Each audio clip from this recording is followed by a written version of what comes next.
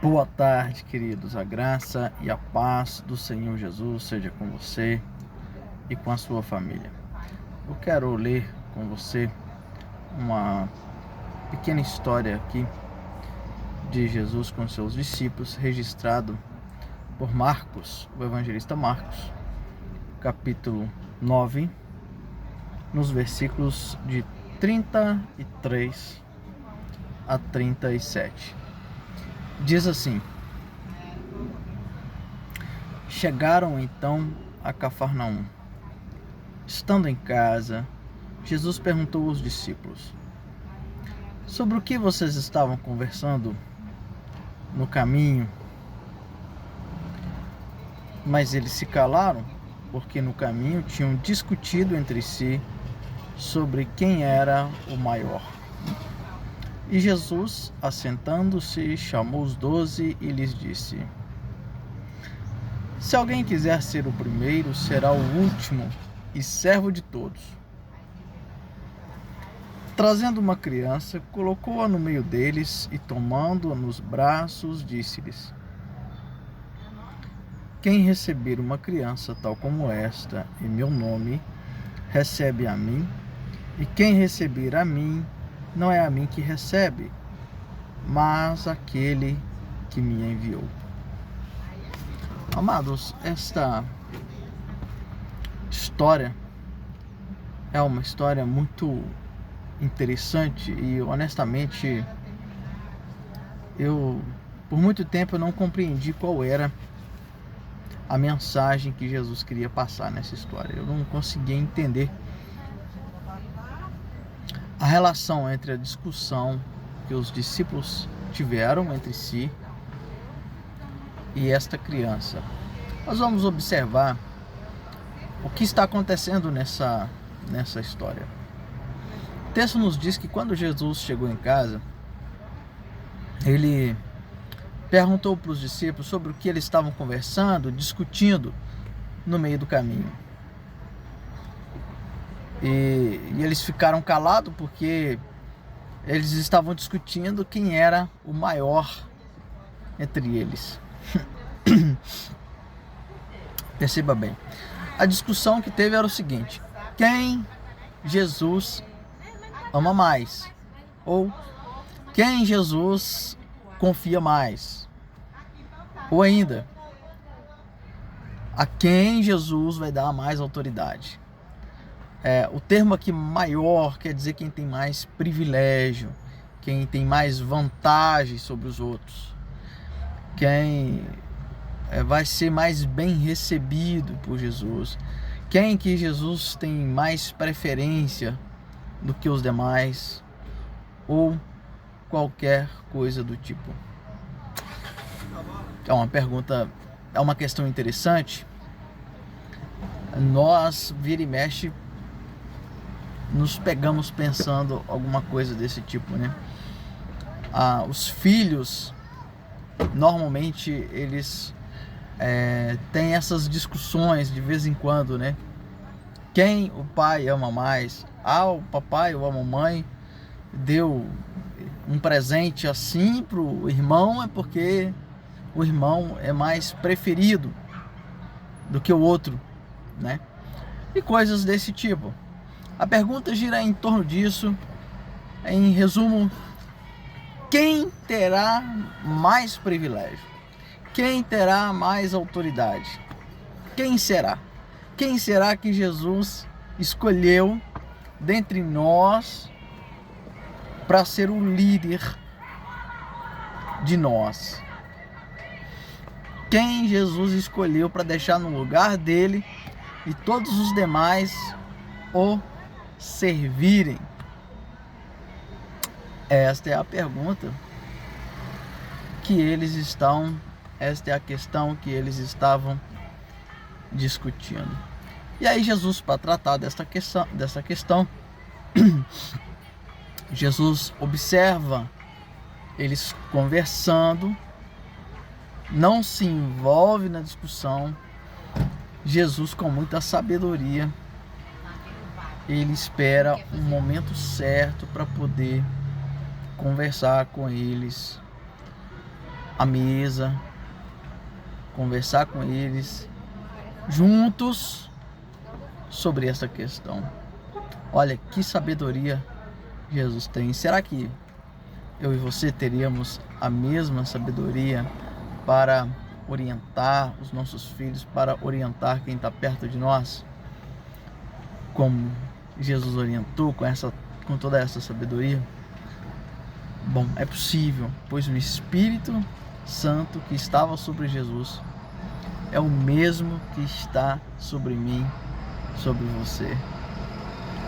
De nós mesmos nós não podemos, mas pelo poder do Espírito Santo. A Bíblia diz que é o Espírito da sabedoria e que Ele quer nos dar toda a sabedoria, inclusive para resolver conflitos difíceis, situações complicadas como esta. E amados, vamos ver aqui então como que Jesus vai lidar com esta séria discussão. Essa discussão, ela realmente pode se tornar acalorada, ela pode trazer desconforto entre aqueles que estão discutindo. Olha, eu acho que é você, será que é você, será que é eu? Se for eu já começo a crescer os olhos ou qualquer coisa do tipo. Meus irmãos, não é uma discussão simples, é uma discussão que mexe com os nervos, que mexe com o emocional das pessoas. Olha só como Jesus vai lidar com essa discussão. A primeira coisa que ele faz é chamá-los para conversar sobre isso. É muito interessante como Jesus inicia essa conversa, né? Ele começa como quem não entendeu direito, simplesmente perguntando sobre o que mesmo vocês estavam discutindo no caminho. E eles, uau! Jesus estava de olho em nós.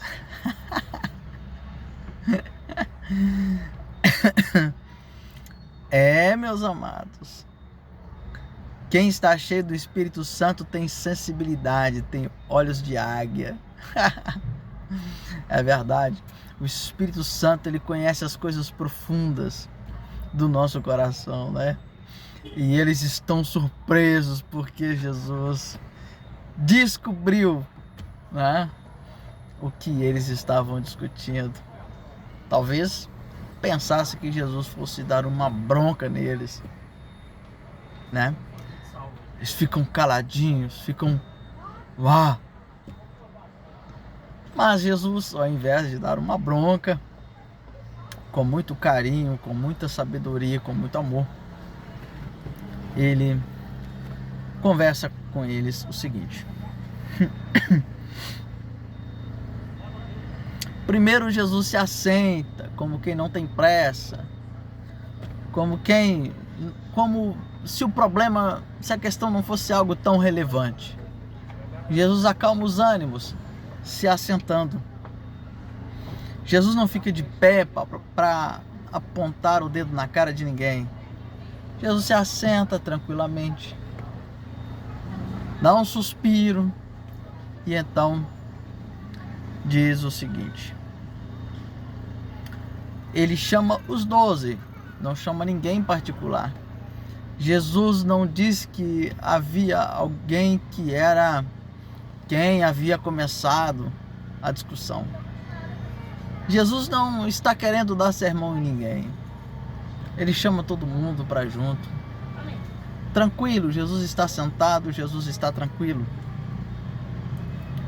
E olha só. Ele disse a eles, aos 12, olhando nos seus olhos: se alguém quer ser o primeiro, será o último e servo de todos. As coisas no reino de Deus não funcionam sobre quem tem mais privilégios. Funciona para quem tem mais responsabilidade. A palavra ser o último quer dizer não querer ter privilégio. Ser o último é não querer ter privilégio, é não querer ter proeminência, é não querer aparecer. O reino de Deus não funciona para quem quer aparecer. Só há um que é digno de alguma coisa, que é Jesus Cristo. Agora, uma vez que o reino de Deus começa com quem não tem dignidade, com quem sabe que ele não é digno de nada, começa com quem é humilde, mas não basta ser humilde, tem que ser servo de todos, tem que servir os seus irmãos, tem que cuidar dos seus irmãos, tem que ter responsabilidade com os seus irmãos. O reino de Deus não é só para quem é humilde. Eu não quero me aparecer, eu não quero nada, eu vou ficar escondido. Não, é sobre quem não quer ser alguém sobre os seus irmãos, é sobre alguém que não quer ser o líder dos seus irmãos, não é sobre ser líder dos seus irmãos, é sobre cuidar dos seus irmãos, é sobre servir os seus irmãos. O reino de Deus é assim. A palavra servir é ter responsabilidade sem querer alguma coisa em troca. O escravo, amados, a palavra aqui é escravo. O escravo, ele só tem uma coisa na cabeça. Para nós, hoje, na nossa cultura, é muito difícil entender isso. Mas o escravo, ele só tem uma coisa na sua mente, que ele vive para isso. Ele jamais vai poder ser alguém que tem domínio sobre alguém. Ele é o dominado. Esta é a mente do escravo. Ele não tem vez, ele não tem vida. Esta é a mente do escravo. Mas Jesus não está dizendo que temos que ter a mente do escravo. Está dizendo que o nosso comportamento é de quem serve os seus irmãos. Sendo livres, somos responsáveis pelos nossos irmãos. Sendo livres, escolhemos cuidar dos nossos irmãos. Não é para ter a mentalidade do escravo, é para ter a mentalidade do rei. O rei que está a serviço dos seus irmãos. Não é um serviço escravo, é um cuidado para que os nossos irmãos, para que os seus irmãos, eles conheçam a Cristo e também aprendam a servir seus irmãos. Porque todos nós somos reis e sacerdotes. E Jesus nos fez todos reis e sacerdotes. Um dia Jesus falou para Pedro na última ceia, ou na primeira ceia, primeira e última ceia, Jesus disse a Pedro: no dia que você converter, você vai cuidar dos seus irmãos. Isso é o sinal da conversão. É quando alguém assume livremente a responsabilidade de cuidar dos seus irmãos e promover os seus irmãos para que eles conheçam a Cristo e vivam como reis e sacerdotes. É isso que Jesus está falando. Jesus não está falando de ser escravo do irmão. Jesus está dizendo colocar-se como quem tem a responsabilidade de promover o seu irmão para que conheça a Cristo. Assim como Jesus fez, amados. Jesus deixou a eternidade e se fez servo de nós, não para fazer a nossa vontade, mas para nos elevar da nossa maneira escrava de viver e de pensar, para viver e pensar como Deus, o nosso Pai, vive e pensa na eternidade. É sobre isto. Ele se fez pobre para enriquecer os seus irmãos, para que fôssemos ricos. Olha que coisa linda. Tá vendo? Não é sobre ser o escravo de alguém para fazer o que alguém quer. Não. É estar a serviço do Pai para ajudar os nossos irmãos a viver como Deus, o nosso Pai, vive, como Jesus vive, como ele pensa e como ele vive. E aí Jesus traz então um elemento didático incrível aqui. Ele, trazendo uma criança, colocou-a no meio deles e, tomando-a nos braços, disse-lhes: quem receber uma criança tal como esta em meu nome, recebe a mim. Quem receber a mim, não é a mim que recebe, mas aquele que me enviou. Veja bem o elemento didático que Jesus traz. Esse elemento é fantástico, porque a questão dos discípulos era a ansiedade. Quem teria mais privilégio? Isso é uma ansiedade sem medidas. As pessoas estão ansiosas por causa do seu futuro, tentando garantir alguma coisa para amanhã. Elas estão ansiosas. Elas querem ter alguma segurança amanhã. Então elas querem garantir alguma coisa. E a segurança vem da ideia de que você conquistou algo mais, de que você tem um pouco mais de poder sobre alguém, você conseguiu mais alguma coisa que você esperava. Essa ansiedade é querer ter o futuro garantido de alguma maneira. Jesus traz uma criança que, amados, criança, quem é pai sabe disso. A criança só tem um problema, né? Ou um desafio, ou a vida dela se resume em brincar, comer e dormir. Ela faz isso tranquilo, sorrindo, alegre, feliz. Ela não está preocupada em comer. Ela come, ela brinca e ela dorme. Ela não está preocupada se vai ter o pão amanhã, se vai ter o arroz amanhã, se vai ter a lasanha amanhã. Isso não entra na cabeça de uma criança.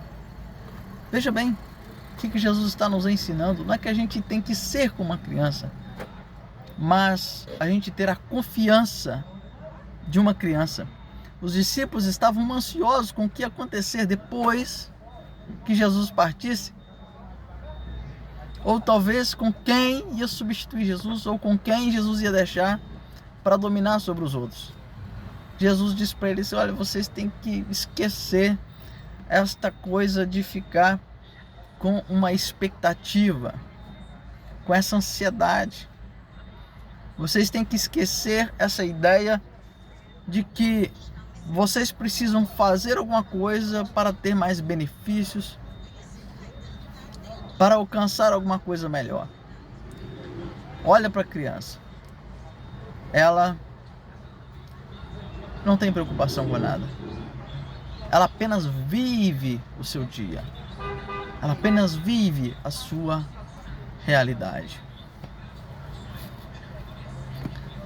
Amados, Adão estava como essa criança. Tinha tudo, tinha o cuidado de Deus, tinha tudo. Tinha tudo. Ele não precisava de mais nada. Se ele quisesse comer frutas, Deus já tinha deixado lugar para ele plantar, para ele cultivar. Era ele que teria que produzir, porque Deus já tinha dado tudo que era necessário para que ele vivesse da melhor maneira que ele quisesse. Tinha ouro lá, tinha pedras preciosas, tinha tudo. Dependia só dele agora assumir a responsabilidade, porque o Pai já tinha disponibilizado tudo. E aí aparece a serpente e fala com eles o seguinte: no dia em que você fizer isso, no dia em que você comer isso, você vai ser igual a Deus. Olha como começa a ansiedade. Quando alguém esquece que já tem tudo que o Pai deu e coloca a sua expectativa em alguma coisa, em alguma palavra, ao invés de descansar e desfrutar e assumir a responsabilidade que Deus, o Pai, deu para ser vivida hoje. Adão se emocionou com a coisa e ele esqueceu de que ele era filho de Deus e de que ele tinha tudo. Ele já era igual a Deus. Ele não precisava de mais nada, porque ele era filho de Deus. A Bíblia diz Adão, filho de Deus. Ele não tinha mais como ser igual a Deus. Ele já era como Deus, ele era filho de Deus. E ele se esquece dessas coisas. E ele então se entrega a esta ansiedade. Então, amados, isso é muito interessante para nós. Jesus, então, ele nos ensina sobre isso, a não ter ansiedade e confiar nele. Quem recebe uma criança, recebe para cuidar e não para ter ansiedade, porque a criança não pode servir você. Esta é a relação. Alguém que tem alguém para dar alguma coisa a dar a alguém. Alguém que tem a responsabilidade de servir a outro e não de ser servido por ninguém. É assim que o reino de Deus funciona.